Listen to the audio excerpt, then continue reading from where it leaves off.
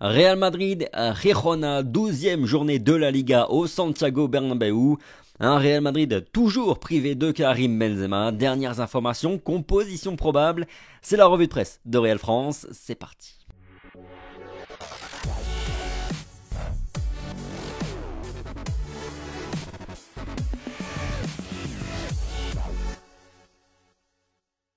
Bonjour à tous, j'espère que vous allez bien.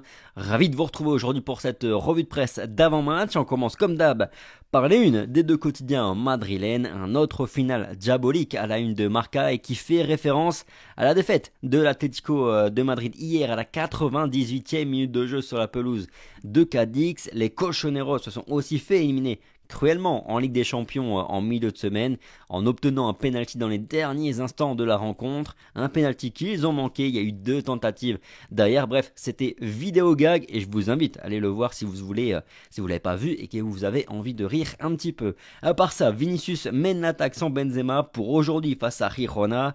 Valverde et Modric sont de retour du côté de As. La défaite de l'Atlético est également à la une. Et puis un Real Madrid toujours sans Karim Benzema ce week-end. Benzema ne réussit pas à se lancer. Titre Marca, le français n'a pas récupéré et manquera la réception de Girona au minimum parce qu'il est également incertain pour le Celtic mercredi en Ligue des Champions. En 2 mois et demi de compétition, il a manqué 6 matchs et ça fera 7 matchs aujourd'hui.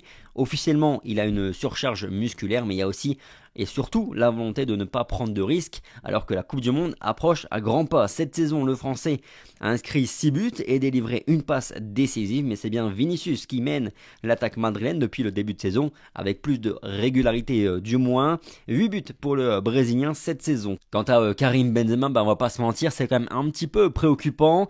Bien sûr qu'il y a une volonté de prendre des précautions, un maximum de précautions avec la Coupe du Monde qui arrive. Il y a aussi de surcroît le fait que le Real gère plutôt bien jusqu'à présent ses absences, donc il n'y a pas non plus à s'alarmer de jouer sans Karim Benzema. Maintenant, il a quand même manqué plus d'un match sur 3 jusqu'à présent. Il va falloir le ménager mieux que ça sur la deuxième partie de saison après la Coupe du Monde de surcroît. Il va falloir arrêter de le faire systématiquement, jouer 90 minutes de jeu quand le match est plié à la 60e. Et puis le ménager un peu plus souvent sans y être forcé, sans attendre que ce soit son corps qui le demande. J'ajouterai que le Français a obtenu son ballon d'or, donc il n'y a plus besoin de faire la course aux statistiques. Mais bref, le Français est forfait et il va falloir continuer d'avancer en Liga parce que le Real Madrid reçoit Girona ce soir, 19e de Liga et avec seulement 2 victoires au compteur après 11 matchs disputés de Liga. Leur coach a dit hier en conférence de presse qu'il ne signerait pas pour un match nul au Bernabéu, qu'il veut la victoire. Donc curieux de voir ce qu'ils vont proposer concrètement. Il faudra notamment se méfier de Stuani, 3 buts cette saison et qui avait été aussi buteur en 2019 quand ils sont venus nous battre au Santiago Bernabéu, 2 buts à 1.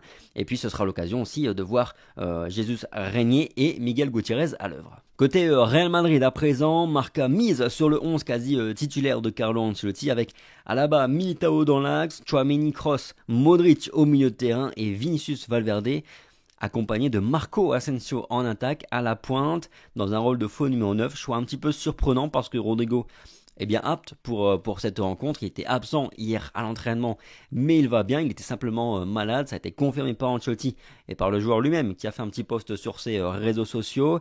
Mais bref, chez As, on préfère Rudiger à Militao pour cette rencontre, aux côtés de David Alaba.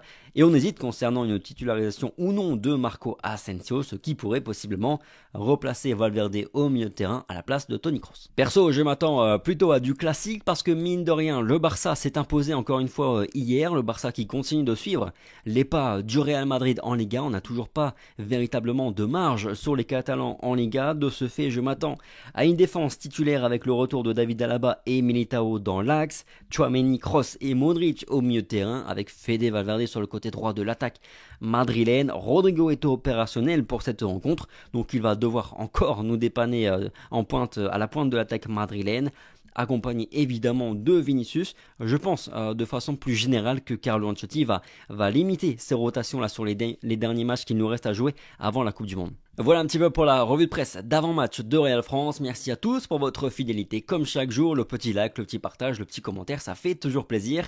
Sur ce, passez un bon match et puis nous on se retrouve juste après avec Coralie pour le débrief. Allez, à toutes.